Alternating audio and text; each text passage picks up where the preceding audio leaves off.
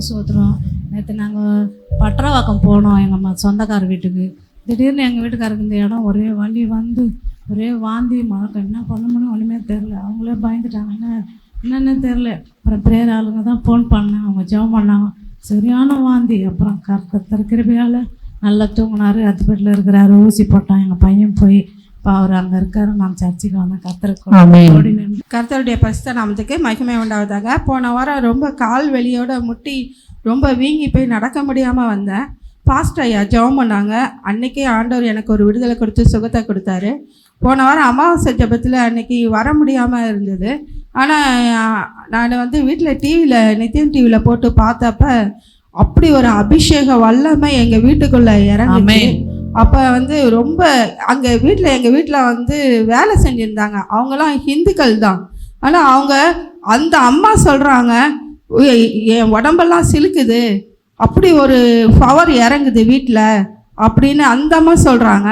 நான் அவங்கள விட அதிக தூரம் கடந்து நின்னேன்.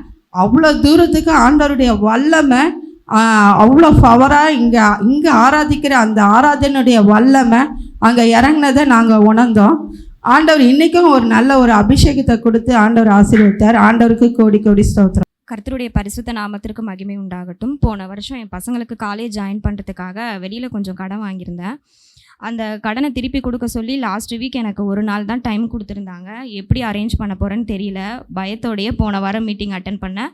கர்த்தர் பேசின ஒவ்வொரு வார்த்தையும் எனக்கே சொல்கிற மாதிரி இருந்துச்சு. ஒரு தைரியத்தோடு வீட்டுக்கு போனேன். திங்கக்கிழமை காலையில் கொஞ்சம் மனசு கஷ்டப்பட்டு எங்கே நிற்கக்கூடாதுன்னு நினச்சனோ அங்கெல்லாம் கொஞ்சம் கஷ்டப்பட்டு நின்னேன்.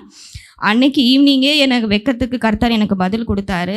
சின்ன அமௌண்ட்டில் 2 லட்ச ரூபா ரெடி பண்ணணும். ஒரே நாளில் ரெடி பண்ண கர்த்தர் எனக்கு பலன் கொடுத்தாரு. என்னோட பலன் இல்லை, கர்த்தருடைய கிருபை என்னோடு இருக்கிறத அநேகர் பார்க்கும்படியாக கர்த்தர் எனக்கு செஞ்சுட்டு ஒவ்வொரு நாளும் நடத்திட்டு வராரு. அது மட்டும் இல்லாமல் எந்த பணம் எதிர்பார்த்து நான் இந்த காலேஜ் ஜாயின் பண்ணணும், அது மாதிரி எஜுகேஷன் லோன் எனக்கு கிடைக்க கிருபை கொடுத்தாரு. இந்த வீக்லேயே அது கிடச்சிது. கர்த்தர் கொடுத்த பெரிய கிருபைக்கு நன்றி. இன்னும் இருக்கிற ஒவ்வொரு வருஷமும் கர்த்தர் என்னை அதிசயமாக நடத்துவாருன்னு நம்புகிறேன். என்னை சாட்சியாக நிறுத்தின தேவனுக்கு மகிமை உண்டாகும். கர்த்தர் பரிசுத்த நாமத்துக்கு சோத்திரம். எங்கள் மருமக பிள்ளைக்கு ப்ரிவென்ஷன் ஏறணும்னு எழுதி கொடுத்தேன். அம்மா முழங்கால் நின்று வெள்ளிக்கிழமை பாஸ்டிங் பண்ணாங்க.